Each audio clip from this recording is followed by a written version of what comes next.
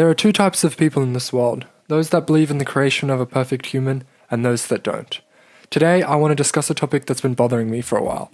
Why do people compare Ayanokoji and Johan, especially their intelligence? They are two very different characters from two very different anime, Monster and Classroom of the Elite. Now, Monster has Dr. Tenma as the protagonist, but Johan steals the show with his charismatic and manipulative nature.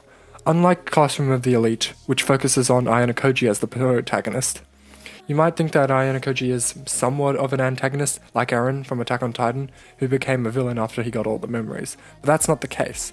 Eren is still the protagonist, even if he is a villain, and Ayanokoji is not a villain. He's more like an anti-hero. So what's the difference between a villain and an antagonist? Well, a villain is someone who does evil things for evil reasons. An antagonist is someone who opposes the protagonist for whatever reason. They can be good or bad, like L from Death Note, who is an antagonist but also a hero, to an extent.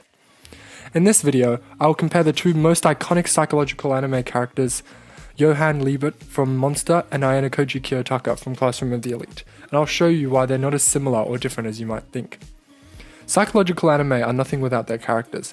They are the ones who drive the plot, create the conflict, and reveal the themes. They are the ones who make us care about what happens to them or hate them for what they do. Johan is a main antagonist of Monster. He is one of the best villains in anime history. He had a traumatic and abusive childhood that turned him into a monster. He was experimented on by a secret organization that tried to erase his memories and emotions. He became a nihilist who wants to destroy everything and everyone. Ayanokoji is the main protagonist of Classroom of the Elite, in a complete opposite role of Johan.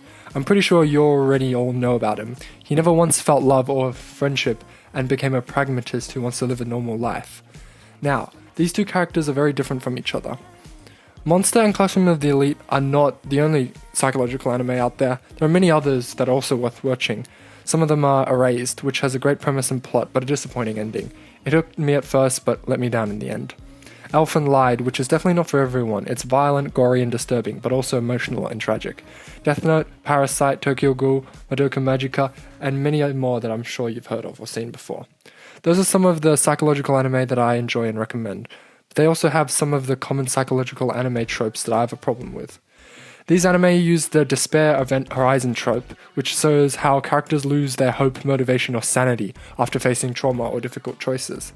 They also show how these characters cope with their despair, whether becoming villains, heroes, or something in between. That's it for now. Let's compare and contrast Monster and Classroom of the Elite in more detail. First, let's talk about how they use or avoid the psychological anime tropes that I mentioned earlier. One of the things that I like about Monster is that it doesn't rely on the unreliable narrator trope. You know, when the narrator of the story is lying or wrong about something on purpose or by mistake. Sometimes this can be cool or interesting, but other times it can be annoying or confusing. Monster tells the story from different points of view, but they all make sense and match up. The characters have their own secrets and opinions, but they don't fool the audience or themselves. The story is mysterious and exciting because of the complicated plot and Johan's hidden plans, but not because of any cheap tricks or fake information. Tomodachi Game is a great example of how to use the unreliable narrator trope. This is when the narrator of the story is not telling the truth or the whole truth, either on purpose or by accident. In Tomodachi Game, the narrator is Yuichi Katagiri, the protagonist. One of the games involves finding out who among them is lying or hiding something.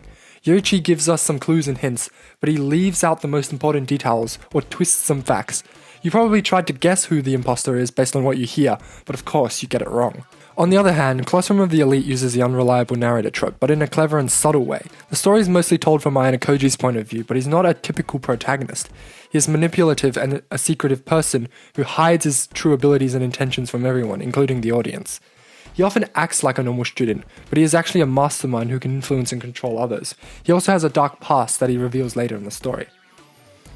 Another thing I appreciate about Monster is that it doesn't use the mind screw trope. The plot is complex but coherent. The anime doesn't rely on twists, paradoxes, symbolism, or surrealism to confuse the audience. Instead, it focuses on the realistic and psychological aspects of the characters and their actions. The anime explores themes like morality, identity, justice, and humanity in a profound and realistic way. On the contrary, Classroom of the Elite uses the mind screw trope, but in a fun and entertaining way. The plot is full of twists, surprises, schemes, and mind games that keep the audience on their toes. The anime doesn't take itself too seriously, and often plays with the expectations and stereotypes of the genre. The last thing I praise about Monster is that it handles the despair event horizon trope well. The anime shows how characters deal with trauma, loss, guilt, and despair in different ways. Some characters become broken and hopeless, some characters become angry and vengeful, and some characters become numb and detached, and some characters become hopeful and resilient. The anime doesn't glorify or condemn any of these responses, but rather shows their consequences and implications. In contrast, Classroom of the Elite doesn't use the despair event horizon trope much. The anime doesn't show much suffering or tragedy for its characters. Now that I've talked about how these two anime use or avoid psychological anime tropes, let's move on to the second point, but obviously beware of spoilers. One of the most obvious differences between Ayanokoji and Johan is their childhoods. Ayanokoji grew up in the White Room where he had no friends or family. He was tested and evaluated by his father, who wanted to create the perfect human being. He was taught to be rational, logical, and efficient, but also to hide his emotions and true abilities. The White Room was founded by Ayanokoji's father, Professor Ayanokoji, who wanted to prove that a genius was a product of environmental factors. He experimented with different methods of teaching and training hundreds of children from birth, hoping to create a superior generation that would lead Japan into a new glory. However, none of these children met his expectations, except for Ayanokoji. Ayanokoji was the only one who showed exceptional talent and intelligence in every field he studied. He learned multiple languages, mastered various skills, acquired vast knowledge, and developed advanced martial arts techniques.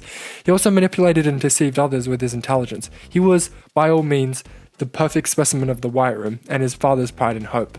However, Ayanokoji felt unfulfilled with his life in the White Room. He had no choice or freedom, only orders and rules. He had no identity or personality, only a number and a role. Ayanokoji's opportunity to escape from the White Room arose when the facility was closed for a year due to an unknown reason. He seized this chance and escaped after spending 15 years of his life in the White Room. He was helped by his butler, Matsuo, who had served his family for a long time. Matsu was loyal to Ayanokoji and cared for him as a person. He arranged for him to enroll in advanced nurturing high school. He also gave him a fake identity and background to buy some time. He did not necessarily want to go back to the White Room, where he had no freedom, friend, or fatherly love, but he also neither cared about where he truly stayed. But his escape had consequences. His father and his associates hunted him down or tried to ruin his life at school. Matsu paid the price for his help, as he was killed by Tsukishiro. Matsu's death was a horrible end for his loyalty and care, and still Ayanokoji seemed to ignore it.